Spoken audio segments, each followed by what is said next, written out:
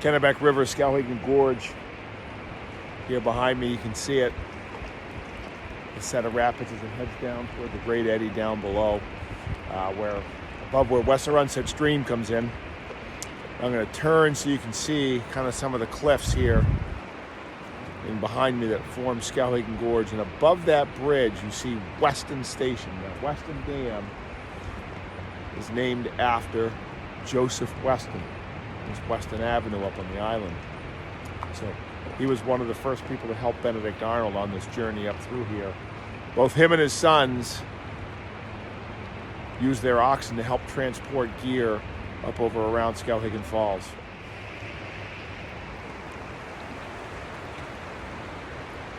Now right there above me you can see a pretty good set of rapids as it heads up toward Weston Dam in the island. So from what we can gather from a lot of the old sources, we know that a lot of this area was dynamited when they built the dams. So there was a set of ledges that were out in the middle of the river, probably right in this area here, that were known as the door to the island. So we think it's gone. It probably dynamited it out of there years ago during the log drives and during the time period when they built the dam, right? Now it's probably pretty tough to hear me over the roar of the water. But here and behind me you can see the rapids that sat at the base of Skowhegan Falls. So there were two different falls here originally historically. The falls that were on the south bank of the river, all right, that would be over here this way, were a series of step falls. There was 2 or 3 of them. And that's apparently the falls where the fish used to pass. On the right was a sheer drop where the river just tumbled over a precipice. So, but it's probably not hard to picture Arnold's men arriving at this point. Remember, they didn't have the gear that we did today, but pulling these enormous bateaux, all the gear, the flints, gunpowder, muskets, all the things that make an army during the 1700s, right? So when they arrived at this point, they got some help from some of the local settlers here. This was about the edge of where settlements were. Canaan, which is a little ways downstream of this spot, was a place that was settled. But a man by the name of Joseph Weston and his sons offered help for Arnold using their oxen to portage gear around these rapids that are in here behind me, where they could then launch it and get it over the island. So there's a lot of conflicting reports about where the men camped. Some men said they camped here in Skowhegan. We know that they camped down below. They definitely camped on the island because there was a site that had been cleared by the Native Americans. That island, this big ledgy island that sat right in the middle of the river, was a portage point for the natives for thousands of years before that. So we know that they camped there. But Weston used his oxen to help portage some of the heavier gear. We have to remember that those bateaux, some of them weighed over 400 pounds. They were waterlogged at this point. They were green, and they were just starting the hardest part of their journey. They hadn't even hit the hardest part of their journey. It was also wet. We have Captain Thayer telling us that his men awoke and their clothing was frozen as thick as a pane of glass because they were soaking wet and then the cold weather had come in. So we know that they definitely were in difficult circumstances. But again, like I said, this behind you, you can see the cliffs. You can kind of see the rock and the ledge. It gives you an idea of what the gorge was like for Arnold and his men as they hit this point, 1775.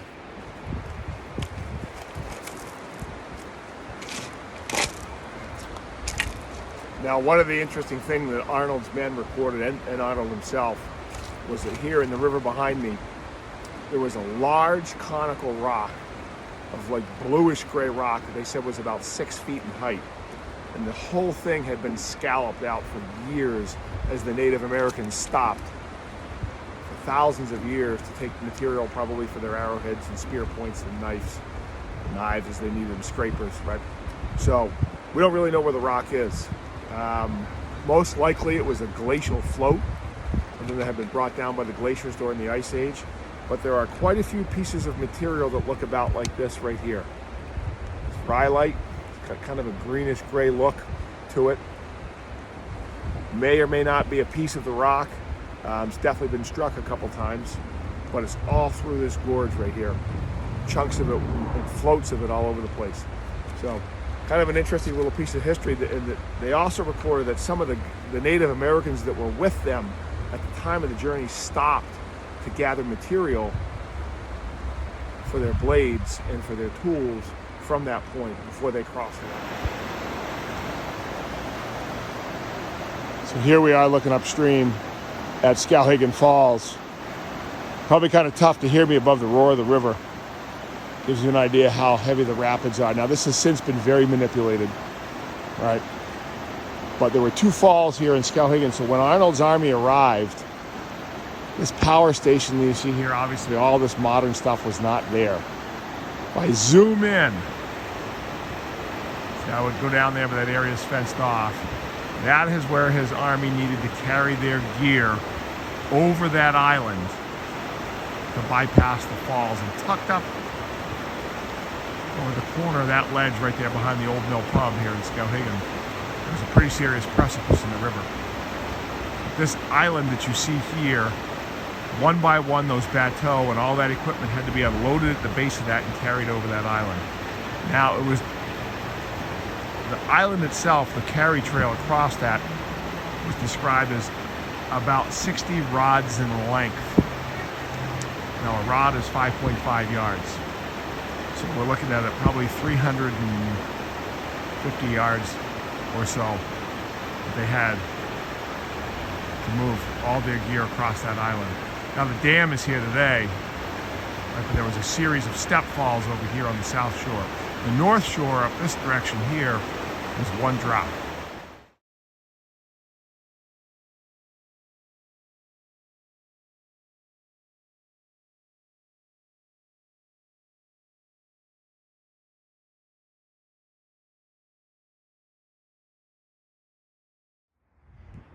So here we are at this park here today on the island. Federated Church in the background there. So you can see the old brick fire station. Right on the other side of that is where those ledges were that Arnold's men had to carry up over. So if I pan real quick and give you an idea, right here is the river on the other side, right? So the journey across this island was not very long. But the difficult part was getting the stuff up over the ledges of the falls. And the men recorded that, one of the men recorded that he almost lost his hand because it was crushed under one of the bateaux. So very difficult circumstances. A local farmer named Joseph Weston helped the process. He brought oxen and his sons to help move some of the gear around the falls. And in the process of helping Arnold's army, he got wet because of the rain and the snow. Became ill, and died on October 16th of 1775 while in the process of assisting Arnold's army. And Weston Island, which is above the Norgewalk Falls, is named in his honor. And just as Weston Street and Weston Dam here that you see are also named after Joseph Weston and the Weston family, which was one of the earliest families that settled here in Skowhegan.